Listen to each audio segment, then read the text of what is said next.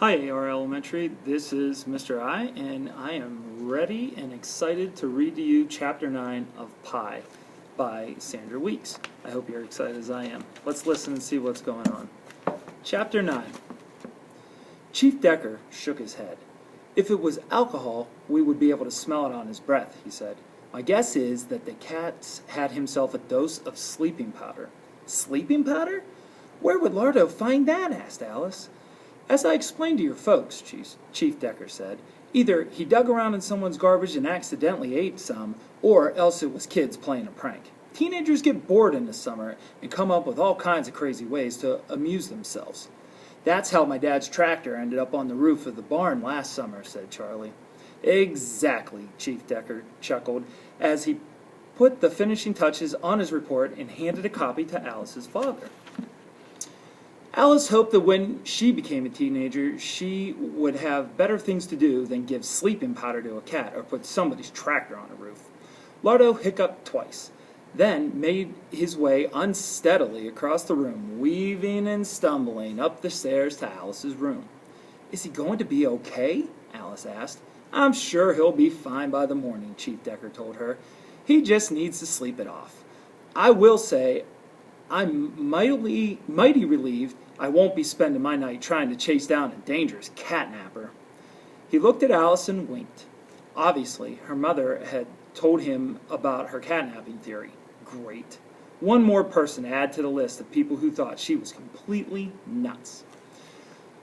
Tell her about the pie shop, Herb, said Alice's mother, so we can put the ridiculous notion to rest as well. Since there was nothing stolen, I suspect the break-in boils down to the same thing as the cat, Chief Decker told Alice. Kids looking for a thrill. I'm glad to know your aunt's medals are safe, though. Would have been a shame to lose all those blueberries. They're an important part of this town's history.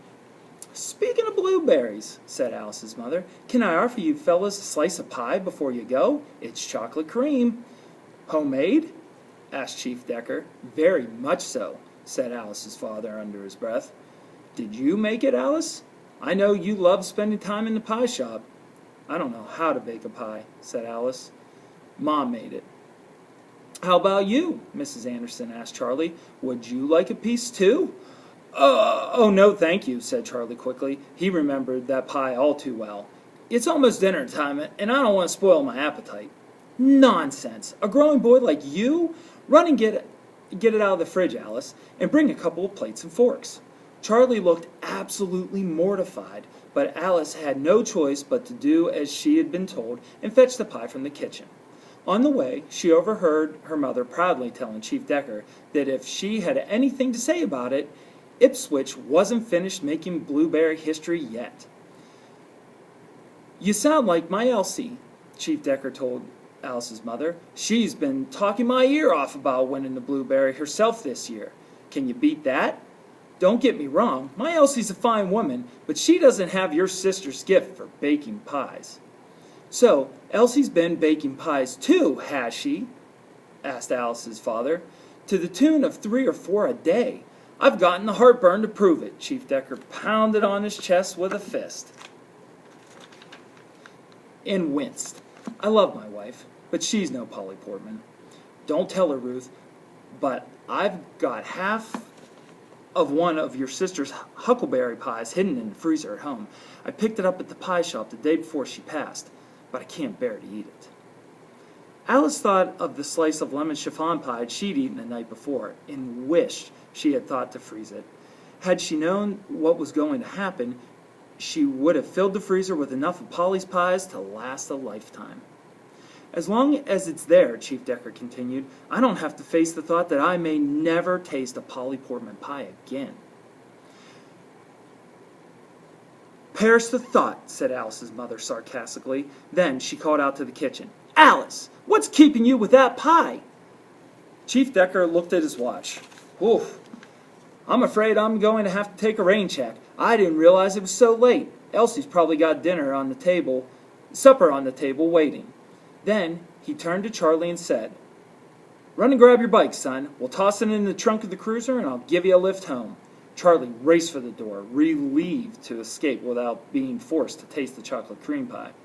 "Tell Alice I said goodbye," he called over his shoulder as he ran out. As soon as they got home, As soon as they were gone, Ruth Anderson snatched up the newspaper, which had been lying open on the couch, and furiously crumbled it in a ball. "Hey, I wasn't finished reading that," her husband started to protest, but when he saw the look in his wife's eyes, he stopped. "Here's a news flash for you, George," she told him. "Elsie Decker's trying to steal the blueberry right out from under me." "Now, Ruthie, don't get yourself in a twist. You heard what Herb said. Elsie doesn't have Polly's gift. I'm sure her pies are no better than yours." "Well, if that isn't a backhanded compliment, I don't know what is." "Mom!" Alice called from the kitchen. "Can you come here, please?" Alice's mother stuffed the balled-up newspaper into the trash basket and went out to the kitchen. "What is it?" she asked. "I can't find the pie," Alice told her. "It's in the refrigerator," said her mother. "No, it's not." "I put it there myself, Alice." "Well, it's not there anymore," Alice said. "Don't sass your mother," Alice's father warned as he joined them in the kitchen. "I'm not sassing," said Alice. "I've looked everywhere and the pie's not here." "Don't be ridiculous," said her mother. "Of course it is." But a thorough search of the kitchen confirmed that what Alice had said. The pie was nowhere to be found.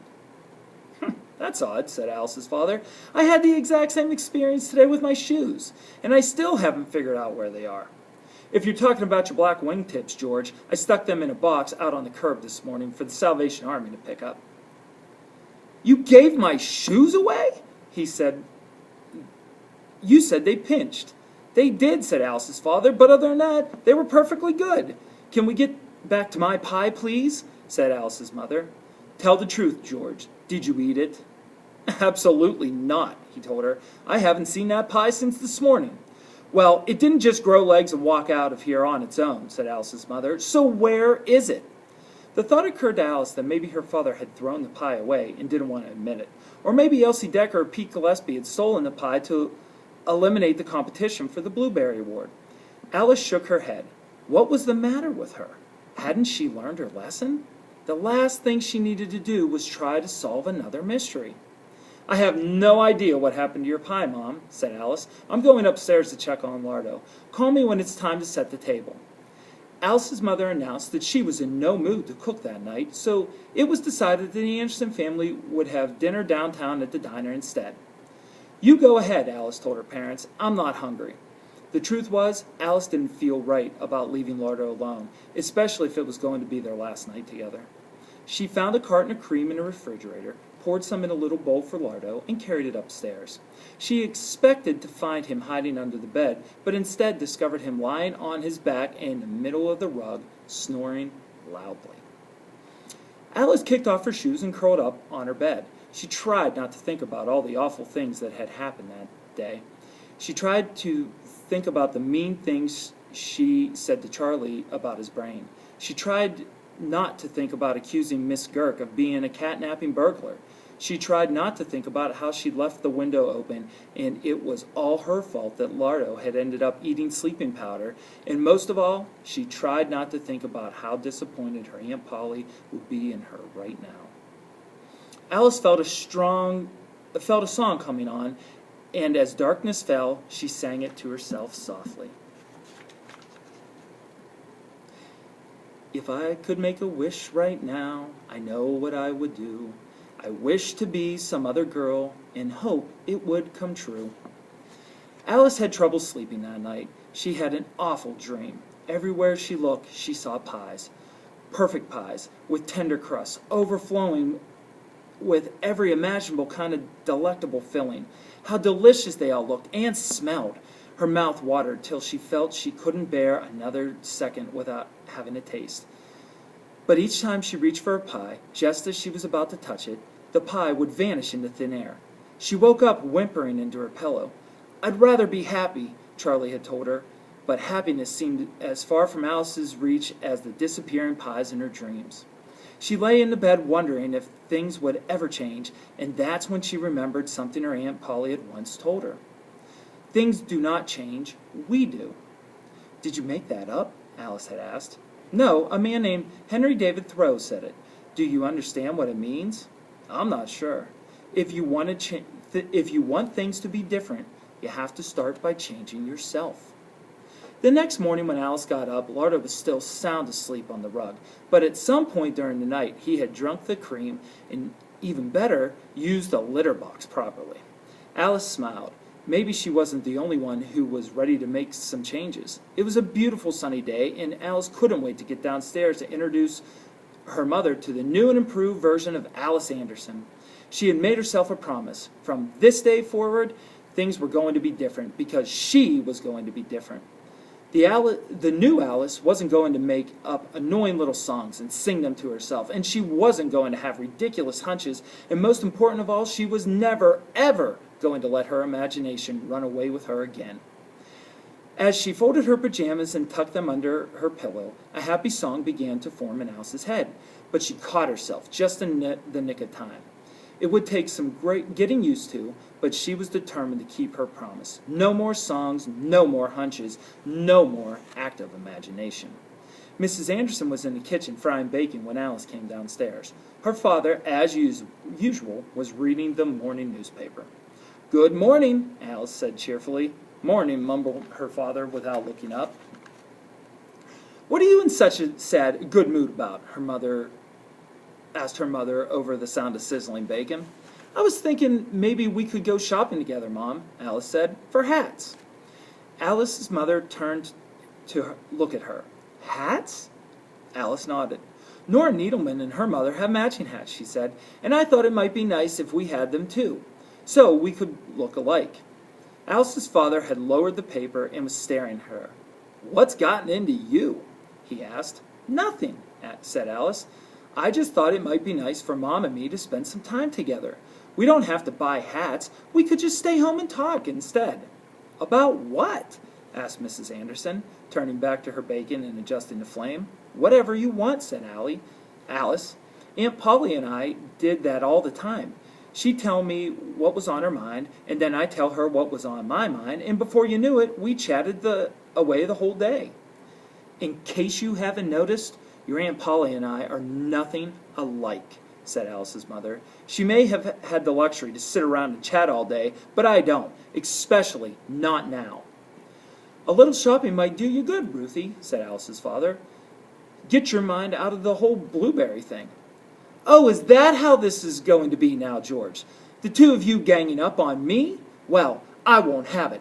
I'm going to get myself a new rolling pin today, and I'm going to make another pie, even better than the last one. I've spent my whole life living in Polly's shadow, but those days are over now." "If you say so, dear," said Alice's father, returning to his newspaper. "I could help you, Mom," Alice said. After all, she'd helped Polly plenty of times in the pie shop.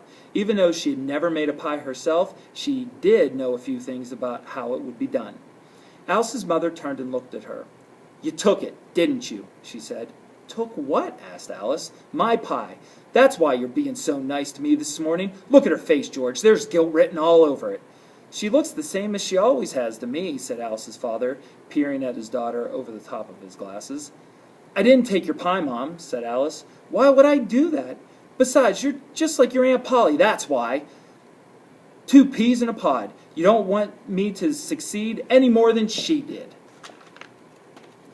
This was not at all going out the way Alice had planned. She had pictured her mother smiling at her as they tried on their matching hats together in front of the mirror. Instead, her mother was accusing her of being a liar and a thief, and the smell of burning bacon filled the kitchen. Alice's mother went on. "Polly took everything from me, even you. From the time you were a baby, you lit up at the sight of her. Reach out your little hands to her. It broke my heart, but that didn't stop her.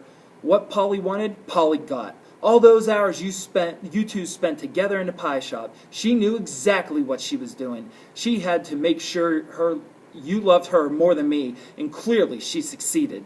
"You're wrong," Alice told her mother, fighting to hold back the tears that had sprung to her eyes. "I didn't love Aunt Polly more than I love you. The difference is, she loved me back." Alice turned and ran out of the room, out of the house, down the steps, and out to the garage, tears streaming down her face.